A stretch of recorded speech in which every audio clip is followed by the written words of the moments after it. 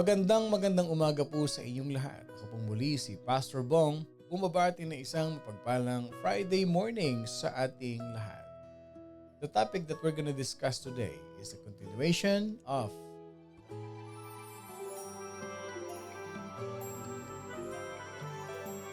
what the Bible says about experiencing obedience. What the Holy Bible says about experiencing obedience. Obedience is a common word that we always hear. Every time we attend a church, every time we go to a worship service, every time we attend a Bible study, and every time you open your Bible, you will always see the word obedience. A word that is very common, but not many people obey. But not many people apply it in their life. Laging naririnig pero ang tanong, ina-apply ba? Laging nakikita pero ang tanong, ginagawa ba? Ginagawa ba natin? Yan ang tanong sa atin, mga kapatid. That is the big question. Do we really do that? Do we really apply it in our life? Let me give you a biblical foundation of what we're gonna learn today. In the book of Isaiah chapter 30 verse 21, here is what the Lord is saying to Prophet Isaiah.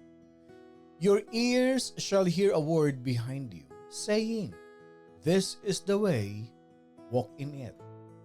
Whenever you turn to the right hand, or whenever you turn to the left. Isaiah chapter 30 verse 21, your ears shall hear a word behind you, saying, this is the way, walk in it. Whenever you turn to the right hand, or whenever you turn to the left. Obviously, it signifies guidance. It signifies a direction that only comes from God. Sabi ni Lord kay Isaiah, may maririnig ka sa iyong mga tenga ng mga salita na magtuturo sa iyo, ito ang daan.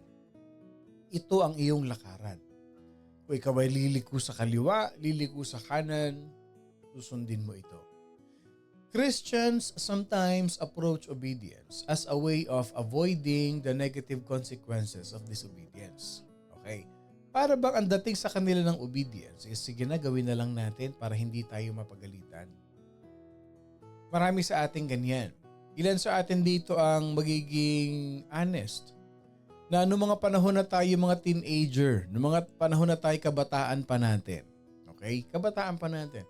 Minsan yung ating pagsunod is just for the sake, for the benefit of wag na lang mag-sermon si nanay. Gawin mo na para tahimik tayo. Gawin mo na para hindi ka mapalo. Kasi alam mo naman pag nag-disobey ka, may kasunod dyan, may kasamang kawayan. And for some, may kasamang pingot. And for some, may kasamang sermon. No, ilan dito sa atin yung may mga nanay na talaga namang wagas kung magtatalak sa umaga. At para matigil na lang, sumunod ka na lang. Those are the perspective of some Christians. Yes, that's true. They approach obedience as a way of avoiding the negative consequences of disobedience. And kung ganyan ang ating pananaw sa tinatawag nating obedience, sino magiging honest dito? Sige nga. Just para malaman lang natin na isang page tayo. How many of you ever experienced that during your younger days na kailangan mo sumunod para lang wag mapalo?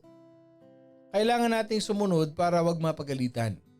Pero ang totoo, hindi naman bukal sa loob natin. It is not in our hearts to obey, really to obey, but just to avoid the palo of the lola and the lolo. Tama? Ayun o.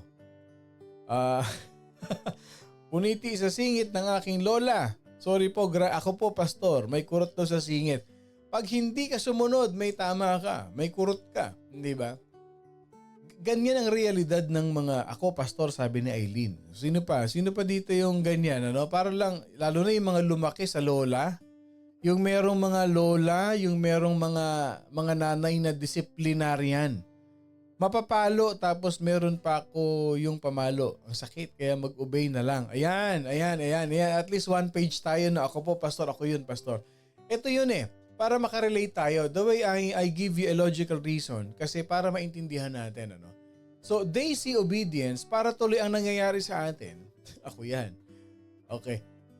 They see obedience as a burden and not as the road to blessing. Okay. Para bang, wala naman akong magawa eh. Sumunod na nga lang para hindi lang mapalo o pinaluhod daw sa asin. Naku, nagtatype ka, nagdadrive ka dyan, touch key. Ha? Ingat-ingat ka. Okay. They see obedience as a burden. Tuloy, pag walang palo, hindi tayo takot eh. Pag hindi tayo makakaroon ng consequences, parang 50-50 kung obey ka talaga. And mostly, ang mangyayari sa iyo, disobedient ka. So, ang nangyayari, yung pagsunod is a burden. Not as the road to blessing. Okay? But God Himself, Jesus Christ, intended our walk of faith to be a great experience. Alam ba ninyo na ang purpose ni Lord, kaya niya tayo gustong matutong sumunod sa Kanya? Malusog ang kawayan during my younger years, Pastor. Ibig sabihin, malalaki yun. Okay, indak-indak sa... So, ibig sabihin nito, God's intention, tandaan ninyo ha, sunod-sunod itong ating pinag-aaralan. Okay, una, developing a discerning spirit, dwelling in the Word of God. And pangalawa, meditation, pinag-aralan natin, you always get closer to the Word of God. Kasunod ito. The more you know God, the more you trust God. And the more you trust God, the more you obey God. Bakit gusto ni Lord na mag-obey ka? Because it is our road to blessing. It is our road to be blessed by God. Because God's intention is for us to walk of faith, to become obedient as a great experience na kaya tayo nag-o-obey, na kaya tayo sumusunod sa Panginoon. The reason why we obey the commandments of God is because we are motivated by our love for Jesus Christ. Ang sarap ng ganun. Na kaya tayo sumusunod sa magulang natin kasi alam natin na mahal tayo ng magulang natin at ayaw nila na tayo ay mapasama. And bilang magulang, okay, karamihan dito magulang na. Ibig ko sabihin parents, hindi yung magulang na nanlalamang ng kapwa.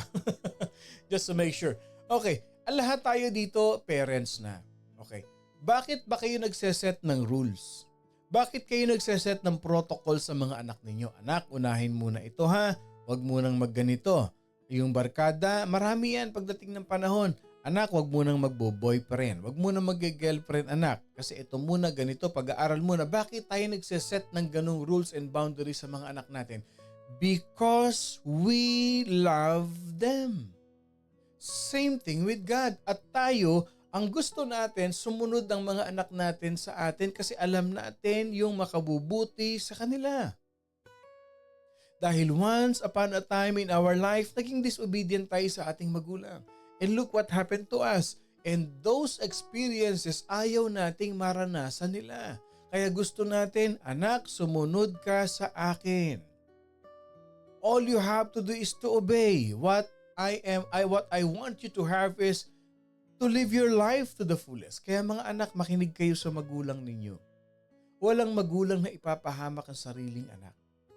Lalo pa nga at Kristiyano na. Lalo pa nga at morning devotion family na. Walang magulang na magtutulak sa kanyang anak para mapasama. Obedience is about expressing our love for God. Obedience is about expressing our trust in God. Hindi ba't pagka tayong mga magulang, pag nakikita natin yung anak natin ay obedient sa atin, pag yung anak natin ay masunurin, kahit pa nga sabihin nating papalpak-palpak ang ating mga desisyon pero nandun pa rin yung anak natin, nag-o-obey yung anak natin, hindi ba't ang sarap bigyan ng reward niya? Hindi ba't ang sarap bigyan ng reward yung anak na masunurin sa magulang?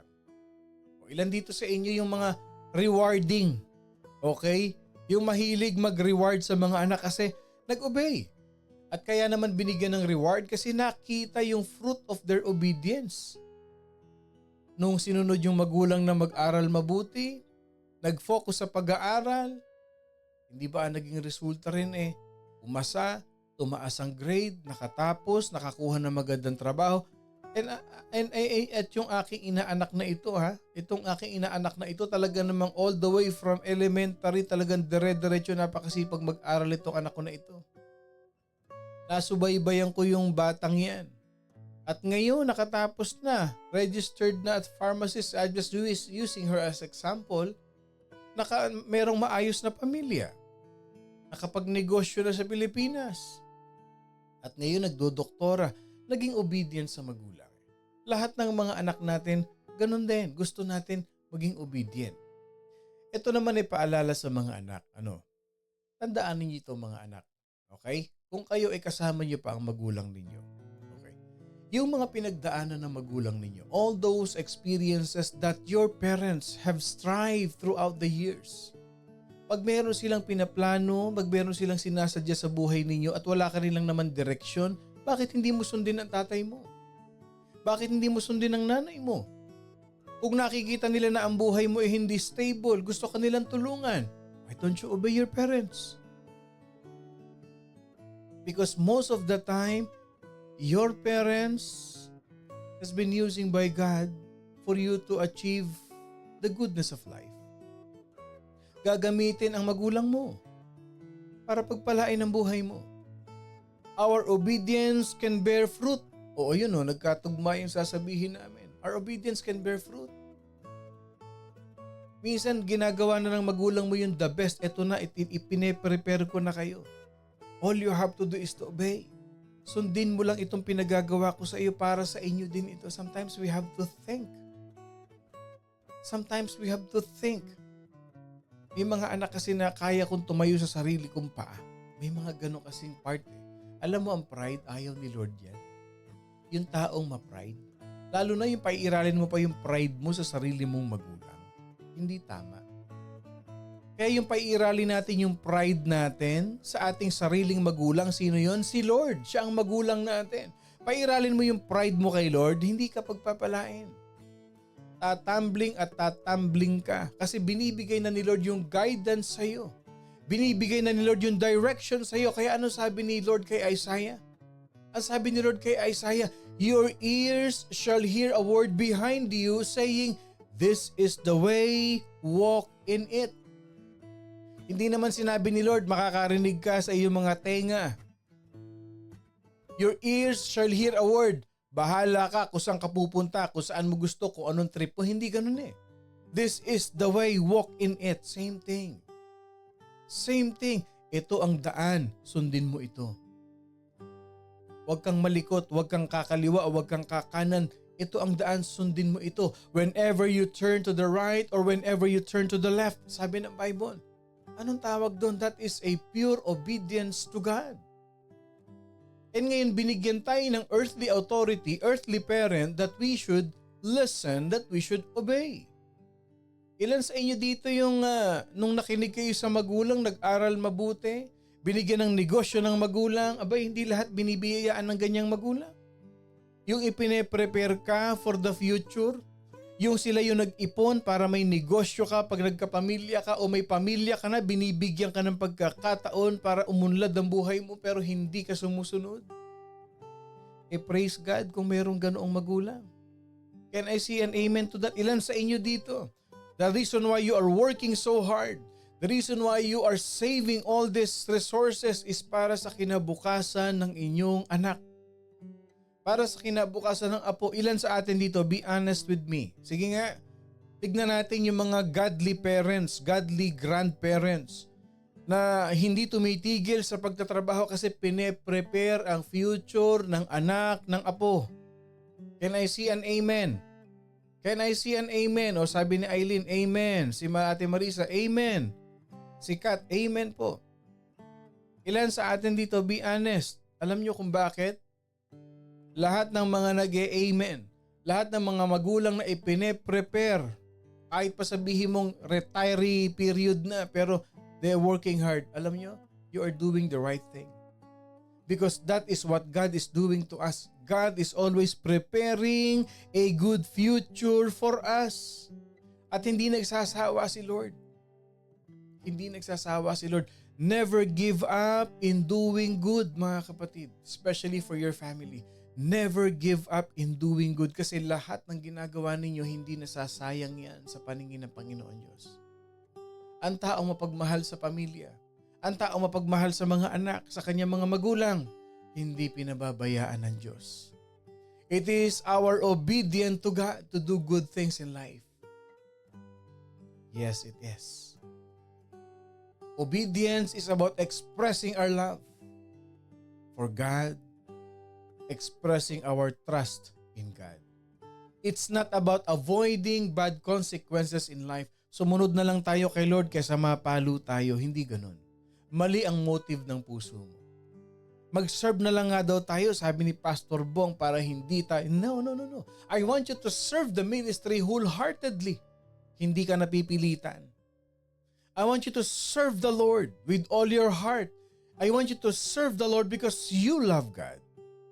I want you to help the ministry not because to be famous o magpasikat. I want you to serve, to support the ministry because you love God. You love the ministry of God. At sabi ni Lord, tulungan mo yung ministry. Support the ministry of God. Pag mahal mo ang Diyos, walang dalawang isip yan. Yes, Lord. I will help the ministry. Use me for your glory. Yan yung declaration natin kanina. Because you love God, mahal mo ang Diyos, sabihin mo sa Lord, Lord, gamitin niyo po ako sa inyong kaluwalhatian. Lord, gamitin mo po ako, Panginoon Diyos, for your glory. Lord, use me for your glory. Pag mahal mo si Lord, kahit anong sabihin ng mga tao sa paligid mo, kahit anong marinig mo, hindi ako nagsaserve sa iyo. Hindi ako nagsaserve kay pastor. Nagsaserve ako sa Lord because mahal ko si Lord. That is why the Apostle John say, this is the love of God. 1 John chapter 5 verse 3. This is the love of God, that we keep His commandments, and His commandments are not burdensome. Ano sa Tagalog yun? Para mas madali nating maintindihan. 1 John chapter 5 verse 3, sapagkat ito ang pag-ibig sa Diyos, na ating tuparin ang kanyang mga utos, at ang mga utos niya ay hindi pabigat. Anong utos ni Lord? Maglingkod sa Kanya. Mag-serve through the church, through the ministry, through the tabernacle of God in this world.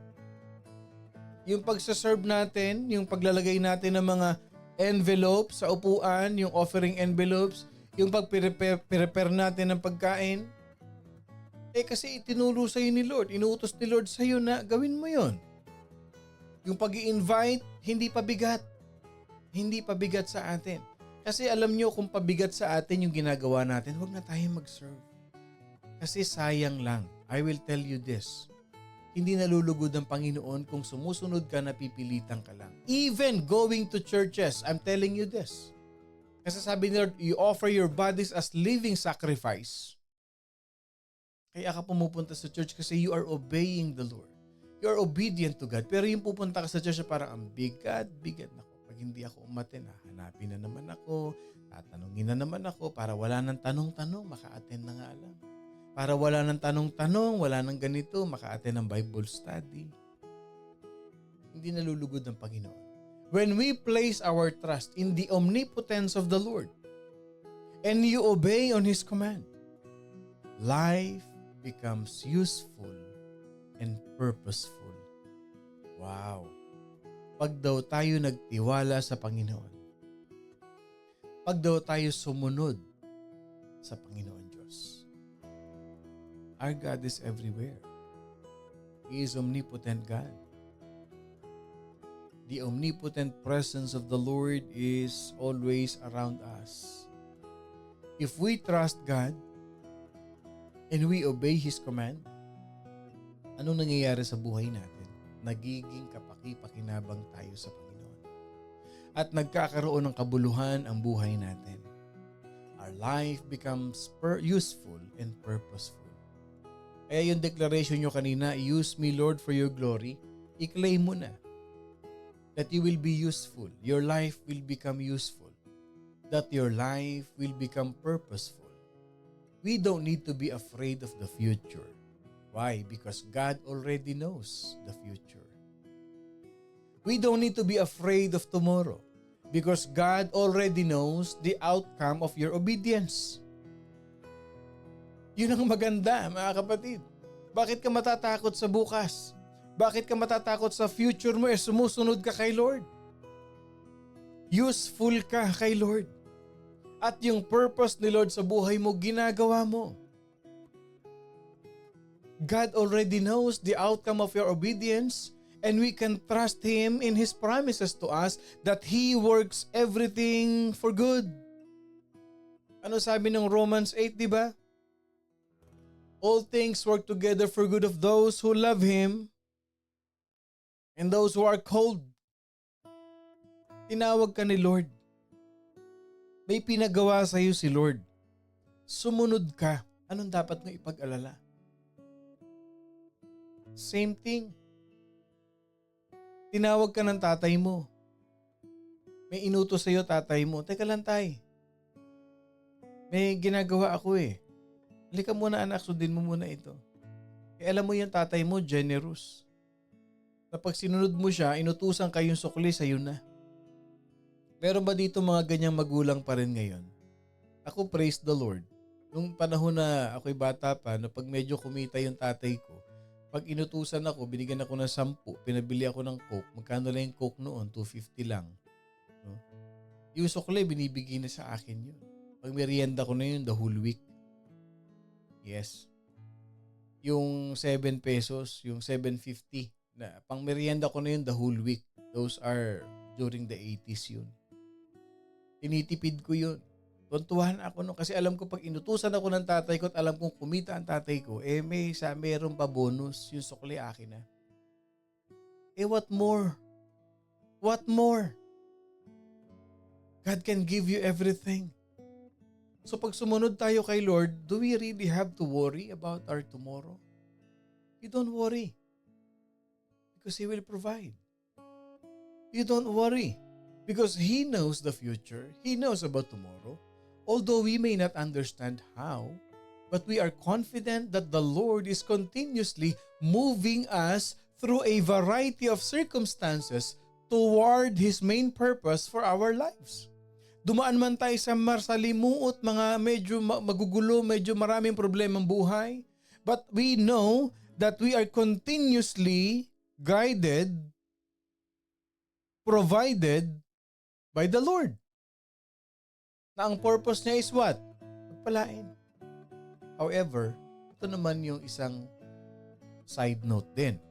If we fail to obey Him because of a mistaken desire for safety, kagaya nga nung ganun, we fail to obey the Lord na talagang iba yung motive natin. Wag lang tayong mapalo, wag lang tayong maparusahan.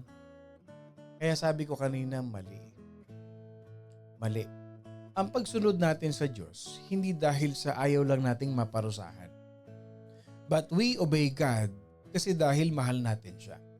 Kasi pag ang pagsunod natin sa Diyos is mali ang motive natin, I will tell you this, we reject the opportunity for God to demonstrate His power in our life.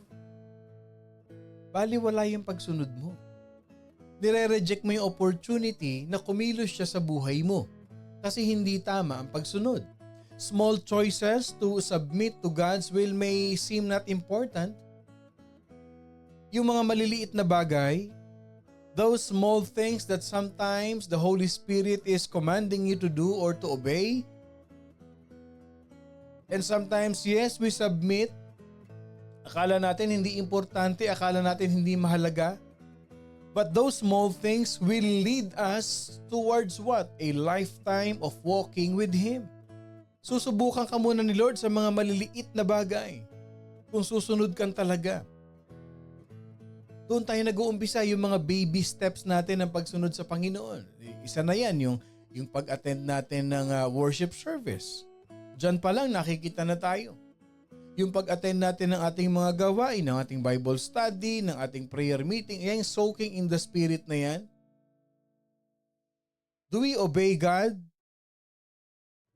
Sino bang kinakatagpo natin? Who is our appointment in that soaking in the Spirit? Si Lord. Bakit nagre-resist ka? Ayoko, layo. Meron ng soaking in the Spirit, may worship service pa, dami naman. Bakit pagka yung mga gawain sa Panginoon, hindi natin masunod mabuti? Yung mga small choices yan, but it gives a big impact in our life. And it will lead us towards what? A lifetime of walking with Him. Alam niyo ba, pagdating sa langit, wala tayong gagawin kundi mag-soaking in the Spirit of God doon.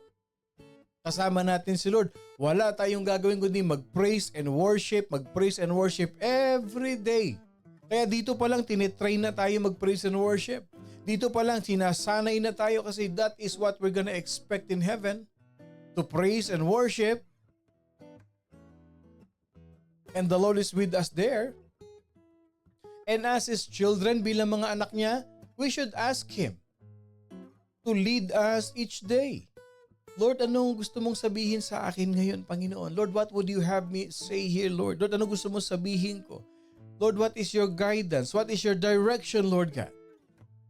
Lord, what is the best decision now? Every time you make a decision, you consult God. You pray to God. At pag wala pang sinasabi ni Lord, sinasabi si Lord na desisyon natin, stay put. Teka lang muna ha. Pagpe-pray ko muna yan. Whenever you feel undecided, whenever you feel unsure, I'm telling you this, you pray. And whatever God leads you, you obey. You obey the Lord. We must learn to listen to our Heavenly Father. We have to remain sensitive to that still small voice that is commanding us throughout the day. Halimbawa, nagsisimula ka na namang magalit, naiinis ka na naman, nababad trip ka na naman. Meron nang bumubulong sa'yo, umalis ka na muna, mag-pray ka muna sandali. Huwag mo na munang kausapin, huwag mo nang harapin. Mag-pray ka muna sandali, binubulungan ka na. Sumunod ka. Let the Holy Spirit control your thoughts, your heart. Pag naiinis ka, kakausapin ka ni Lord, I'll tell you this. At mag-pray ka. Magdedesisyon ka na naman. Alam mong gutom ka, edi mamadaliin mo yung desisyon mo kasi gutom ka na. Sabi ni Lord, kumain ka muna bago ka magdesisyon. Magde-decide ka na naman kasi na bad trip ka sa boss mo, galit na galit ka. I quit, I resign. Ayoko na, I give up. Tapos nung nahimasmasan ka, bakit ako nag-resign? Wala akong trabaho. Ano mangyayari sa akin? Sabi ni Lord, teka muna, magpalamig ka muna bago ka mag-decide.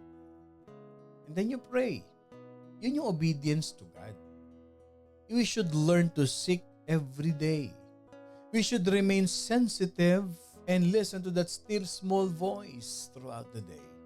Ano sabi ni Isaiah? Your ears will hear a word behind you. This is the way. Walk in it whenever you turn to the right or to the left.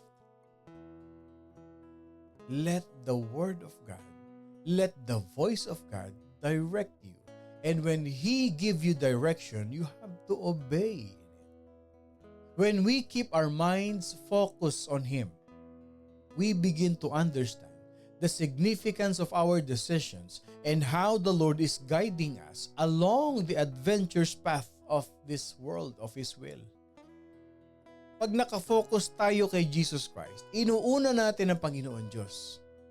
Naiintindihan natin unti-unti yung significance ng desisyon natin. Buti na lang pinag-pray ko yung desisyon ko na yan. Kasi ginaid ako ni Lord. Yung will ni Lord ang nangyari. Ultimately, this awareness will lead to what? To a fulfilling, meaningful life of walking with the Lord.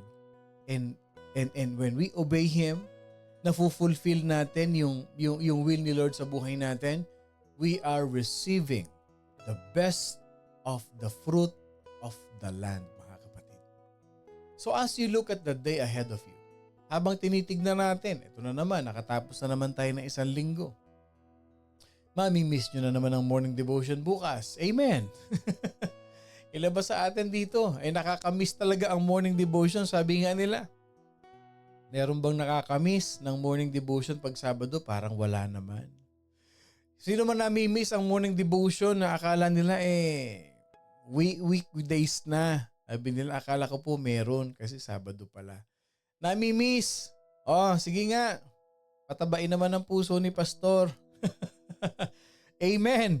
O sino nakakamiss ng morning devotion pag Sabado? Sure po, nakakamiss. Amen. Salamat, salamat. Alam mo, yan lang, encouragement na yan. As you look at the day ahead of you. Naku, salamat naman mga kapatid. Amen, amen, amen. Salamat ha. As you look at the day ahead of you. O nga pala, bago ko i-announce Di ba wala tayong morning devotion ng Saturday, okay? Malapit na po yung ating tinatawag na mga short video clips, okay? Gagawa po ako ng mga short video clip. Kagaya ng mga nakikita ninyo sa inyong mga videos, sa mga reels ninyo, yung mga 4 minutes, yung mga 3 to 4 minutes, maximum 5 minutes na short video clip. Ang akin pong title nun is A Word by the Railroad. Yes, gagawa po ako ng reel, mga short videos about, mabibilis lang yan, mga points ng Word of God. A Word by the Railroad that I will share to you every Saturday. Every Saturday, isi-share ko po yan, i-upload ko po yan every Saturday. Na pagising nyo sa umaga, mapapanood nyo yun. Ano? A Word by the Railroad. Bakit railroad? Sa tabi ng release ng tren. Yan. May significant po yan. While I was walking, the Lord impressed me to do it by the railroad.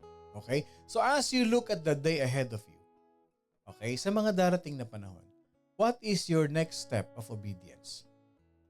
Yan. Paano tayo susunod sa ating Panginoon Diyos? Oh, si Andrea pala nagkasakit. Nasa ospital po. Matagal po ako nawala, nagkasakit at nasa ospital po ako. Pagaling ka kapatid ha. Pagpe-pray natin yan. Ipagpe-pray ka namin ngayon. Okay? Pagtapos natin. Okay, pagpe-pray tayo para sa iyo. And thank you for coming back. Yeah. At di nakalimutan ng MDF. Salamat kapatid. Thank you. That's really an inspiration to us. So, what is your next step of obedience? No matter how the Lord directs you, isa lang ang dapat natin gawin. Trust Him and do exactly as He says. At sasabihin ko sa inyo kapatid, ito yung tinatawag na money back guarantee. Pag sinunod mo si Lord, you will be thankful and grateful and you will be glad that you did. Sasabihin mo one day, buti na lang naging masunurin ako sa Panginoon. Mabuti na lang sumunod ako sa Lord. Ano yung mga life principle natin? Obey God and leave all the consequences to Him. Why? Because God assumes full responsibility for our needs when we obey Him. At pag nakakalimutan ninyo, ito ang principle ng Panginoon. There is always God, the omnipotent God. But the more you know God, the more you trust God. The more you trust God, the more you obey God. And the more you obey God, the more He blesses your life. Know God, trust God, obey God, receive the best of the fruit of the land. Because obedience always brings blessings. I hope and pray na meron tayong natutunan, na remind tayo ulit mga kapatid sa powerful experiencing obedience in the presence of the Lord. Lagi tayong paalalahanan ng Holy Spirit na lagi tayong sumunod sa Kanya. Dahil pag tayo sumusunod sa ating Heavenly Father, He will take care of us. All our needs according to His riches in heaven. Mag-ingat po kayong lahat. Enjoy your weekend. Ako pong muli si Pastor Bong, bumabati na isang mapagpalang Friday morning sa ating lahat. Laging tatandaan, maging masunurin ng may pagmamahal sa ating Panginoon Diyos. At wag na wag kakalimutan, we are blessed by God. I love you all with the love of the Lord.